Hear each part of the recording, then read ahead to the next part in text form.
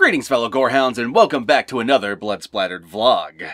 Alright, so I have three things to mention first before we get to the vlog proper. Number one, I am still playing with these lights, so things may still look a little weird and I apologize for that. Number two, as some of you already may be aware, I recently left Channel Awesome and am no longer associated with that site, though I don't have any drama to add to the hashtag change the channel movement, so don't bother asking, I got none. I wish both everyone involved with that movement and everyone on the site the best, and I hope things work out for the better. And finally, number three, me and my good buddy Count Jacula are going to be attending Monsterpalooza this weekend, April 13th through 15th. It takes place in Pasadena, California, so if you happen to be in the SoCal region and want to see me, then go to this convention and you'll see me walking the floor. I'm not an official guest or anything, I'm just attending this convention as a fan, but since some of you might want to meet me, that's where you can do it. And with all that crap out of the way, let us finally move on and talk about A Quiet Place. I'm gonna be completely honest, when I first heard about this movie, I was extremely skeptical about it having any chance of being any good whatsoever.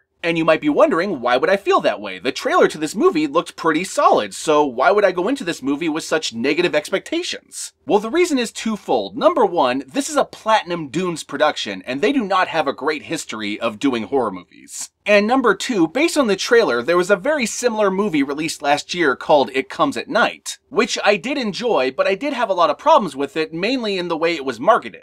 The trailer made it out to be some sort of supernatural monster movie, but then when you finally saw the movie, it wasn't that at all. So when I saw a trailer for A Quiet Place and saw it had a very similar vibe and tone within the trailer, my alarm bells went off and I was like, okay, I bet there's not actually a monster in this movie, it's probably gonna be a rug pull again. But I am extremely happy to report that I was wrong on all accounts. A Quiet Place is not only a fantastic movie, it is up there with The Ritual as one of the best monster movies of the year so far. With the emphasis being monster movie. There is actually a monster in this movie, and there's multiple monsters at that. There is no rug pull here. The movie that you saw in the trailer is the movie you're gonna get. So if you like that trailer, you're gonna like this movie a lot. A lot. But for those of you who haven't seen the trailer, basically the premise of this movie is it's a family on this farm, and there's some sort of monster out in the woods that's attracted to sound, so everyone has to be extremely quiet. But as you can imagine, because this is a movie, at some point someone makes sound and attracts the monsters, and at that point it's a cat and mouse game between this family and these monsters, and a complete and utter fight for survival that at times gets actually pretty badass. Especially towards the end of the movie, just good god, this movie gets really awesome at the end. And the build-up to this ending is one of the most tension-filled experiences that you're going to experience all year. Tension-filled experiences that you will experience. Man, that just feels a little bit like, you know, I don't know, a little clunky, but it gets the idea across. And hey, if you can't take my word for it, you should see what Stephen King said about this movie. He absolutely loved this movie and floored the filmmaker who made it. And I can't blame him, because if my movie was being praised by Stephen King like that too, I would have been absolutely losing my shit. So good on you to the people who made this movie, and thank you to Stephen King for making sure that everyone knows how good it is. Oh yeah, and one more thing. This movie does have animal death in it. The monster does eat animals over the course of the film. There's a raccoon that dies, and there's a fish that dies, so just be warned about that. Anyway, my fellow gorehounds, as per usual, I'm going to include some sort of Amazon affiliate link in the description below. And if you click that link and buy or rent something with that link, I will get a kickback from it. And with all that said, let us finally move on to the spoilers, because I really want to talk about how awesome this movie is. Just holy crap.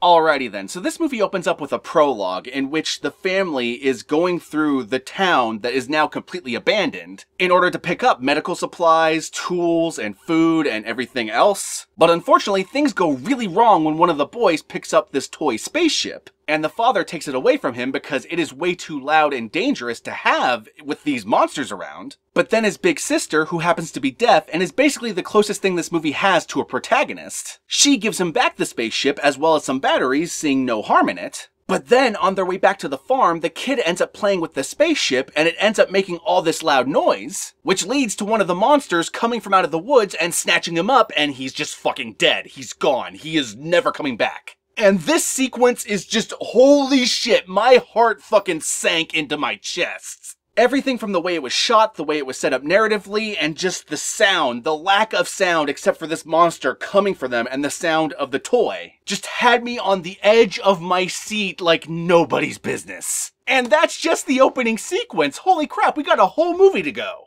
So after this sequence, we flash forward a year, and it turns out that the mom over this period of time has become pregnant. Which led me to a lot of questions like, why the hell would you even risk having a kid in this environment, because that baby is going to cry when it comes out. And on top of that, how are you going to have the pregnancy without some sort of screaming? So naturally, as you can imagine, this pregnancy is basically a ticking time bomb over the course of this movie. And while I may question the character's decision to have this kid, it should be noted that this movie is basically post-apocalyptic. There is no place for her to get an abortion or anything. So instead, over the course of the last year, they've been building this bunker underground, with the idea being when the baby is born, the mom and the baby are going to live in this bunker, while the father and the other kids do everything from get supplies to fetch food and yada yada yada. But as you can imagine, over the course of this movie, things do not turn out the way that they wanted.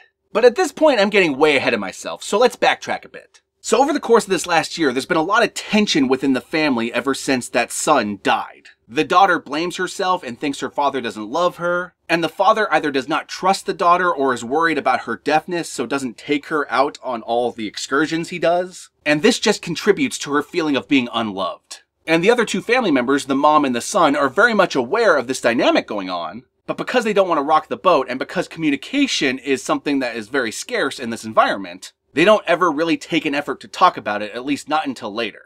But this tension culminates until the father decides it's time for the son to learn how to hunt, but A, the son does not want to go, and B, the daughter does. But unfortunately, the father does not want to take the daughter and takes the son anyway, which pisses the daughter off so much she tries to run away from home. But because the father and the son are out hunting, they aren't aware of this, and she does it while the mom is doing laundry, so she's not aware that her daughter left. So as you can imagine, the chips are now in place for really bad things to happen. But before the shit actually hits the fan, we get this really awesome scene in which the father and the son bond. And they bond because while they're out hunting, the father takes the son fishing. Because fishing is the quietest hunting they can do because the stream just drowns out all other noises. And the father demonstrates this by taking him to a waterfall and then screaming at the top of his lungs. And this scene is one of the first scenes in which we get characters actually talking to one another. Because up until this point, they've been using sign language because it's way quieter. And this is when the son calls out the dad, who admits that he actually does love his daughter. He's just not really good at showing it, and he is legitimately worried about her safety because she's deaf. And the son is like, well, you gotta tell her. You gotta let her know that you love her.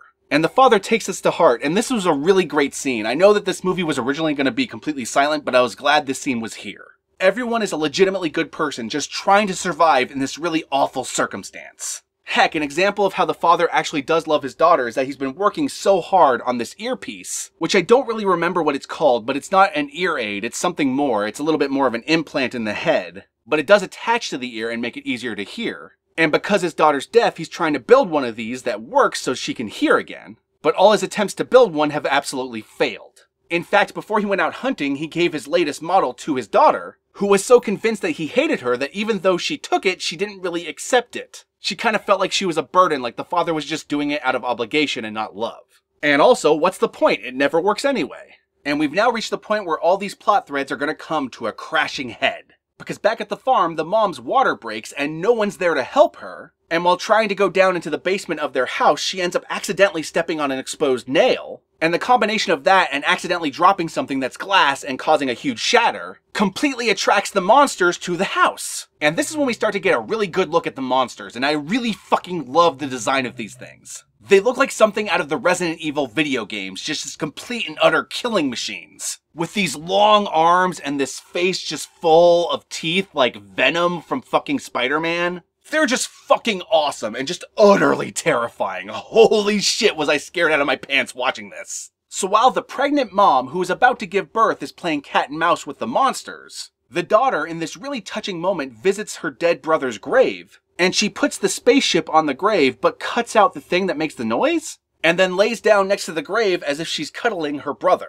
And man, when this scene happened, my heart was just, oh man, it just was broken. It was so fucking broken. I just love this movie, guys, from start to finish. I have a couple complaints, which I'm about to get to. This movie requires a lot of suspension of disbelief, especially when it comes to just the sounds things make. Because, for example, anyone who's walked on sand knows that it's way louder than this movie portrays. And as another example, the mom in this movie actually does give birth to the baby while the monsters are attacking. And she gives birth to the baby in the time that it takes for a firecracker to go off. It's like super fast. Some people have labor that lasts for fucking hours. But this woman is super lucky in that it happens in just a couple seconds, which is the one moment that actually kind of broke my suspension of disbelief, to be honest. And I am going to end my synopsis here because the rest of this movie is just one giant badass fight for survival. There's a point in which the mom has a shotgun and it's just awesome. The dad even picks up an axe at one point and takes on one of the monsters, and that's pretty cool. And goddamn, A Quiet Place is one of the best movies of the year so far, bar none. And it totally makes up for all the shitty remakes that Platinum Dunes has made up to this point.